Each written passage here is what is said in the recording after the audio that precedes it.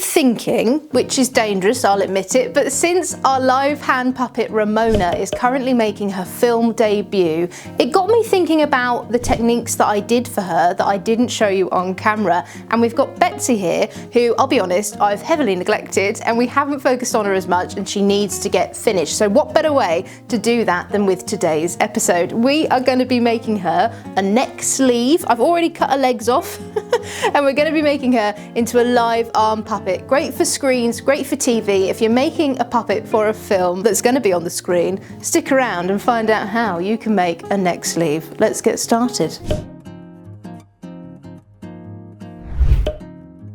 Okay, so first things first, let us get back on track with Betsy. This is Betsy. She's our gardener puppet that we've been making from scratch ever since I started the show. And what I've done to prepare her for today is a few things. First of all, I felt bad that we've neglected her and spent so much time away from her. So I gave her just some cute little jewellery, because I actually think the more she develops into her character, the more sort of like fun and hippie she is. And then all I've done after that is I've finally sewn on her hat with her little worm character here, and then I've put her arms on as well and put the outfit on properly. So the arms are sewn in, and the beauty of having moving opposable fingers like we've made before is that she can hold her prize beetroot. So the only thing she needs now is a neck sleeve and some sort of tiny shovel, which we'll get onto at some point soon. But today we're going to be looking at the neck sleeve. So first things first, I'm going to remove her head because that is currently not attached to her body, and I'm going to put her body to one side. We're going to get started in 1 second, but before we do, the obligatory disclaimer: I use a mixture of very professional and incredibly unprofessional methods when making my puppets or anything I've ever made, ever.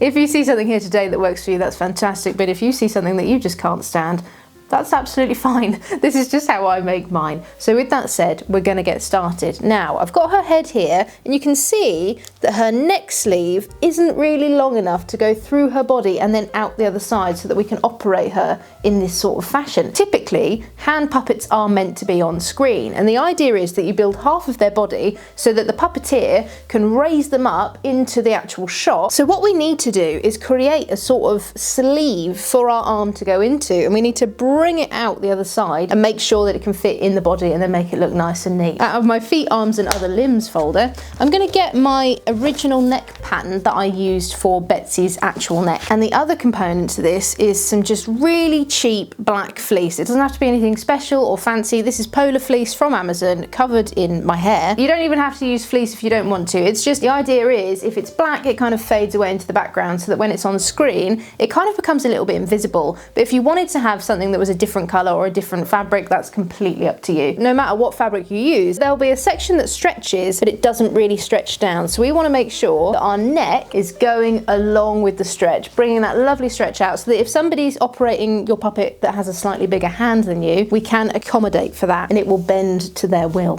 you see.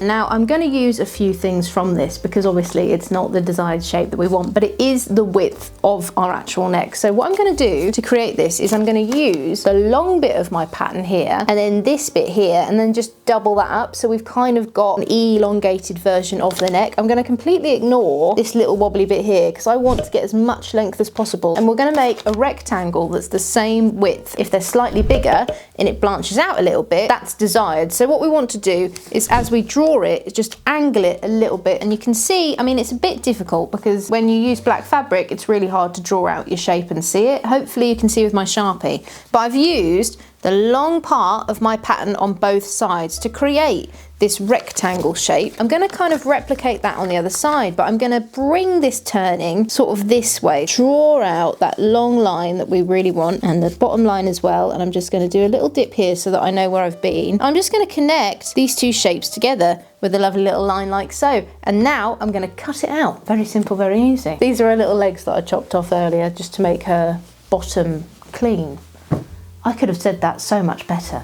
Okay, never mind. Now, as I cut this out, just in case we need any more space, I just want to make sure that I leave a bit of a gap, just so that we've got the ability for a seam line should we need it. If you are interested in the other puppets we're making, by the way, when this video comes out, this week following it will be the last chance you'll get to suggest a name for our new dragon puppet. If you think you have a name that you want to name our dragon, his little head is up there. If you think you have a name for him, head on down to last week's episode and list your name ideas, because once we get to next week, that's when the votes will close and I will pick my favourite. So you've got till next week to name our puppet. But I'm going to carry on here, and the next stage is to sew it onto our actual head. In Betsy's neck, from where we made it last, you've got this sort of seam line here which signifies the back of the neck. It might be very hard to see and I'm so sorry. This middle point where both rectangles meet from each side, I really do hope you can see that. If you can't, just know that both rectangles are on this thing drawn out, and here is where they meet in the middle. And you can see here as well, in Betsy's neck, when we made it all those moons ago, that's exactly what we did. So I'm going to pin this bit to this bit so that we've got a little bit of a guide of when we can start to sew. So I'm just going to flip it upside down, find that middle section that we've drawn. I'm going to marry it as much as I can to this line here. So we've got this line that's a bit faint here, and I just want to make that as bang on as possible with her actual neck. So once I think I've got that pretty accurate, I'm just going to chuck a pin in it, and then you can see once we've sewn it, it will appear like this. So you'll get this section here, right here at the back. You can see how my rectangle ends that I've drawn, but also the rectangle in her neck ends as well. So I'm going to do the exact same thing, and I'm going to line up as best I can these corners of the rectangle, and I'm going to pin that in place so that I've got an idea of where it needs to be sewn. And I'm going to do the same thing for this corner here as well. So once it's sewn together, you'll get something like this, which will be her lovely neck sleeve. So we just need to kind of start securing it, and then once we've secured it all the way around, we'll secure it around the back as well, and then we'll attach it to her body. So we're now going to begin our surgery and conduct our operation on Betsy, and I'm going to flip this back inside out as much as I can. I've got a line where the pattern is, and then I've got a line where I've drawn the pattern out here as well. I'm going to connect that all the way around with some stitching. Where the two sides of her neck meet up, there's this long line and then this point here, and exactly the same is happening on the other bit that we've drawn on our black bit. Really nice and simple all the way around, just repeating that process, finding the line on here, which is incredibly hard to see, and we've got our undercarriage, as I'll call it from now on. But let's not get too eager-beavery with our excitement. I don't want to bring this down yet. I still need this to stay inside out, because we're going to now attach this along the lengthways. And if we want it to look neat, I want to sew it whilst it's still inside out, so that when we flip it, it's all going to be lovely and seamless. Make sure when you sew this together that you keep her neck and this neck very separate. But I'm going to just go in, and just like going around the neck, I'm going to look for these very faint and barely visible lines and I'm going to follow them all the way down to the very end of the neck, and I'm going to stitch those lines together. So I've been squinting for about half an hour to try and see where my lines are. Now I recommend, if you are an experienced sewer or just better organised than me, perhaps getting some of that sewing chalk, and then you can see your designs a little bit better. On reflection, I probably should have had a look at investing in something like that. So we've got this really quite long arm sleeve, which is just going to be perfect when someone wants to operate her and hold her up high. So that is what we've got so far. Now the next step is to attach this somehow to her body, and let me tell you how we're going to do that. We've got her actual body hidden away in here. I do recommend that if you are going to make one of these arm puppets, that you make the body a little bit bigger, just to accommodate for any size, shape, width arm that is going to go in there. I'm going to get the stand that I made myself, and I'm going to put her body on it. If you do want to see me struggle to make a stand with my limited woodworking skills, I'll try and do that thing where I put it in a corner for you to enjoy. But for now, I'm going to just continue to use my stand, and I've got her body on it here, and then I'm going to come up into her body, and then standing her up, we're kind of thinking about, well, how much neck does she actually need? What length do I want her neck to be when all is said and done? Underneath here, you've got the foam of her body. I'm going to start in there and come out, and I'm going to sew all the way around, making sure as I do, that I keep that lovely tube inside in place. I don't want to accidentally sew through the neck, because then you make it smaller and we won't actually be able to fit our hand in. So I'm just going to go all the way around here and stitch her neck together, and then I can use the excess at the bottom and secure it at the bottom of her as well. I'm going to begin underneath her actual bodice and skin here through the foam.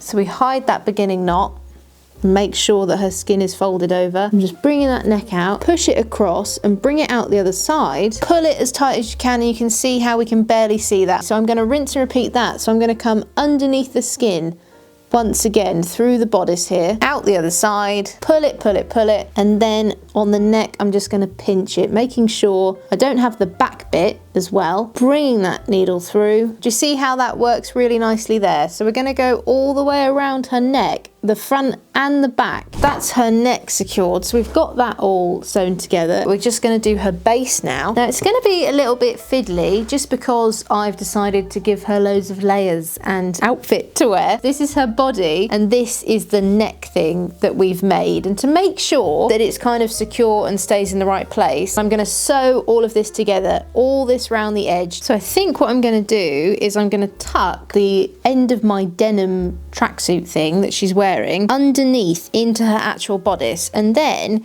if I stretch this out, what I can do is I can stitch these together to make it really nice and wide. If your puppet's not wearing clothes, totally fine. Just do what I've done here with the actual bodice instead of the clothes. So once again, we're just going to go all the way around, making sure that we stretch this out and tuck this in nice and neatly. I'm going to bring my needle up from inside my neck sleeve so that it stays as neat as possible. And once I've done that, I'm going to do my zigzag stitch. I can't remember the official name for it, but I'm just going to push my needle through and across like this, and then I'm going to keep this stretched out. So I've got a hand in here making sure that it's nice and stretched, and from that I'm just going to bring it back in, do the same thing, bring the needle across. We've completely hidden any stitches at all because we've kept it under here where no one's going to see it. So I'm just once again making sure this stays nice and folded, and I'm going to go all the way around. There's a lot of that today. We've just got to persevere and keep going all the way around in these incredibly tedious moments, and there'll be bits of it that do get quite tricky, or you might have to put her at a unique angle, but don't worry, just keep it going in and out, in and out. So I've attached the neck sleeve and I've tucked in very nice and neatly, you may notice,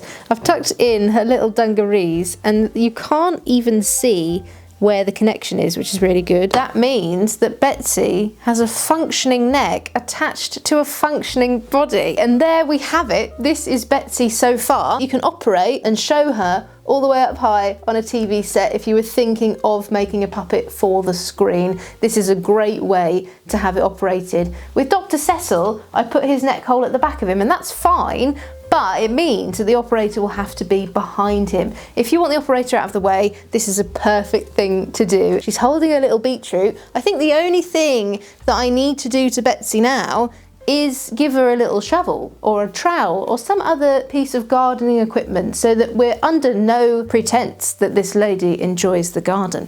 But thank you so much for watching. I hope you enjoyed it and found it useful. If you did enjoy it and you found it relaxing, then please subscribe and ring that bell so that you can be told when we next upload another session. Next week we're going to be continuing with our dragon, and once again, if you have any name ideas for the dragon, this is your last chance to name him. Head on over to our first ever dragon video, and under there chuck a name down that you think our sleepy dragon should be called, and I will pick the winner that I like the most next week. Thank you so much again for watching, and I shall see you in the next one. Goodbye.